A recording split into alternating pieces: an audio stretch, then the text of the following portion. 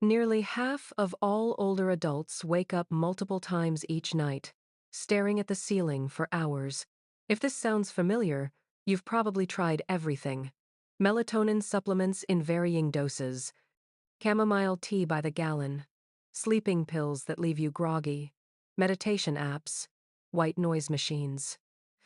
But nothing works long term, and the exhaustion keeps building. What if the real problem isn't what you're trying, but something completely counterintuitive about how much time you're spending in bed? Most people think insomnia means you need more time in bed to catch up on lost sleep. They go to bed earlier, hoping to fall asleep sooner. They stay in bed later, trying to squeeze out a few more minutes of rest. Actually, the opposite is true. Spending too much time in bed makes insomnia worse. Your brain starts associating your bedroom with being awake instead of sleeping. Every restless night strengthens this connection, creating a powerful mental association between your bed and frustration.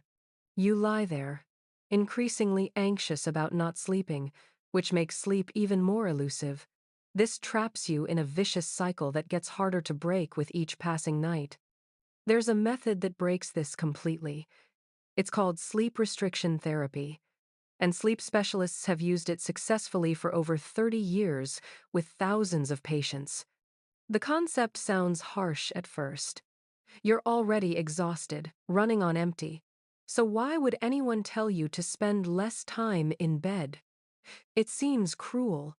But the science behind this approach is solid and well established through numerous clinical trials. Your body has a built-in sleep drive, very much like hunger. The longer you stay awake, the stronger this drive becomes, building up pressure for sleep. Think of it like water behind a dam. When you're in bed for 10 hours but only sleeping 6, you're diluting this drive, spreading it too thin across too many hours.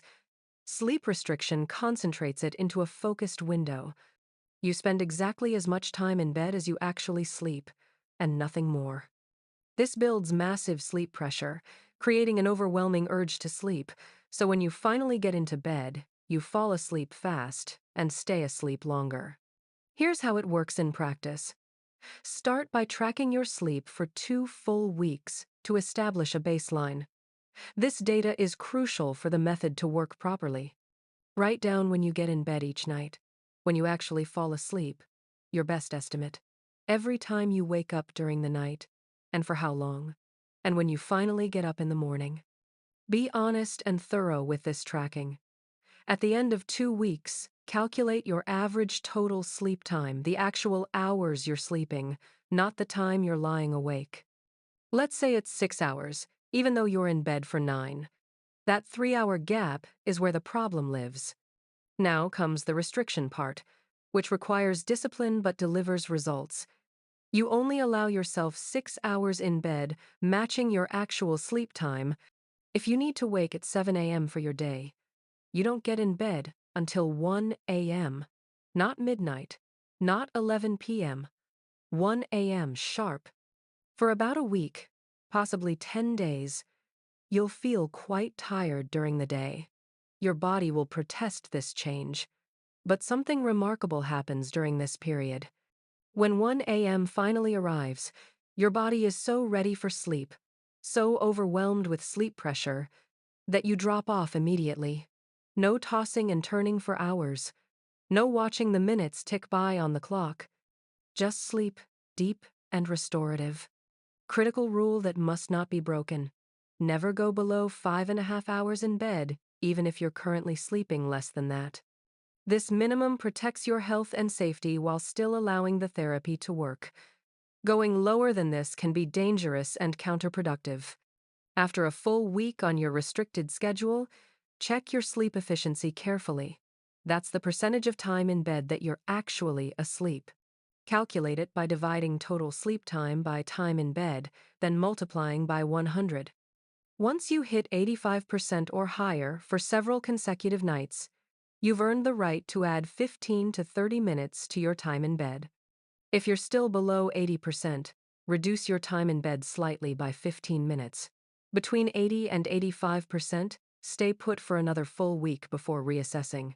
Patience here is key. You gradually expand your time in bed as efficiency improves, typically adding 30 minutes every week or two.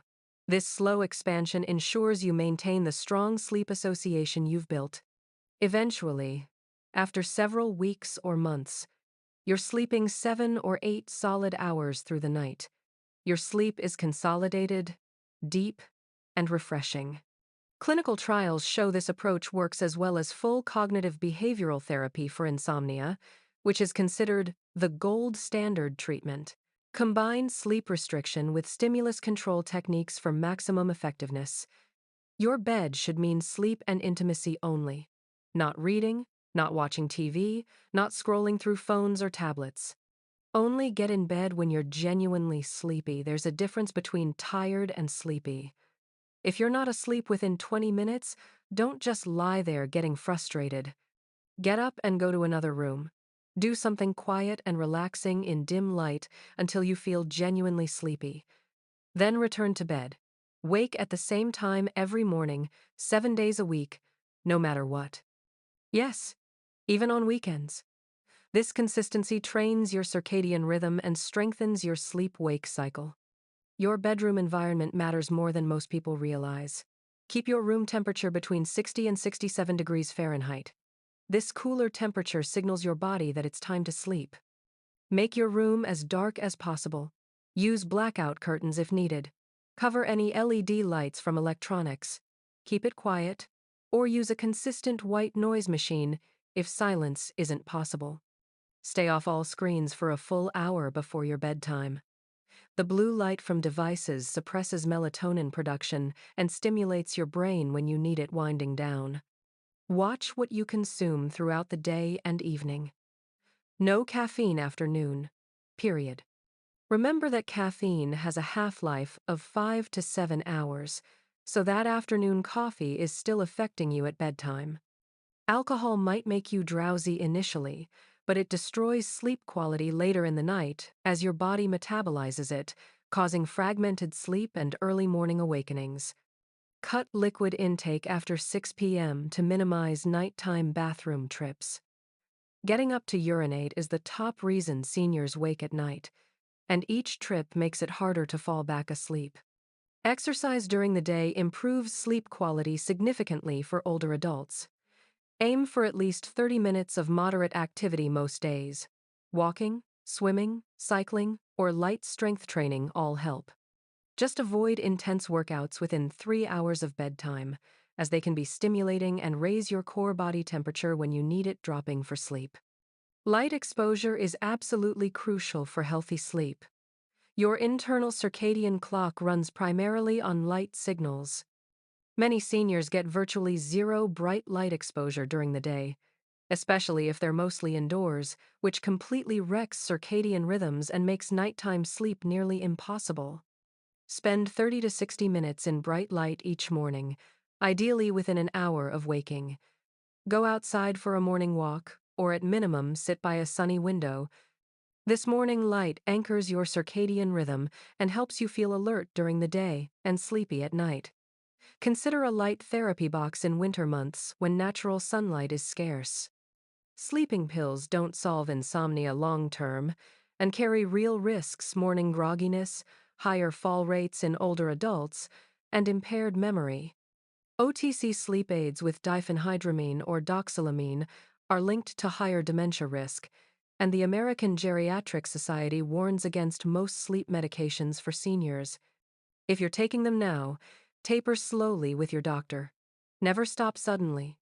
Some conditions need medical treatment beyond behavioral changes: sleep apnea, restless leg syndrome, chronic pain, depression, and anxiety can all cause insomnia.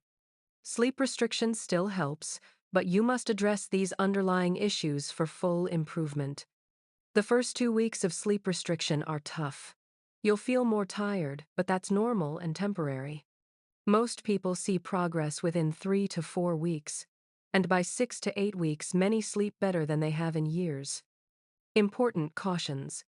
If you have epilepsy, untreated sleep apnea, bipolar disorder, or a job where sleepiness is dangerous, commercial driving, heavy machinery, talk to a sleep specialist first. they can adjust the method safely. For everyone else, this approach is safe and highly effective because it fixes the broken bed sleep association instead of masking symptoms with medication. Start tonight, keep a 2-week sleep diary, calculate your average sleep time, set a minimum 5.5-hour schedule, follow it strictly for a week, then adjust based on your sleep efficiency. Major medical organizations, including the American Academy of Sleep Medicine and the American College of Physicians, recommend cognitive behavioral therapy for insomnia as the first-line treatment for older adults. You don't have to accept poor sleep as part of aging. Good sleep improves mood, cognition, immunity, and overall quality of life. This method has been proven for decades now. You can use it to reclaim the deep, restorative sleep you deserve.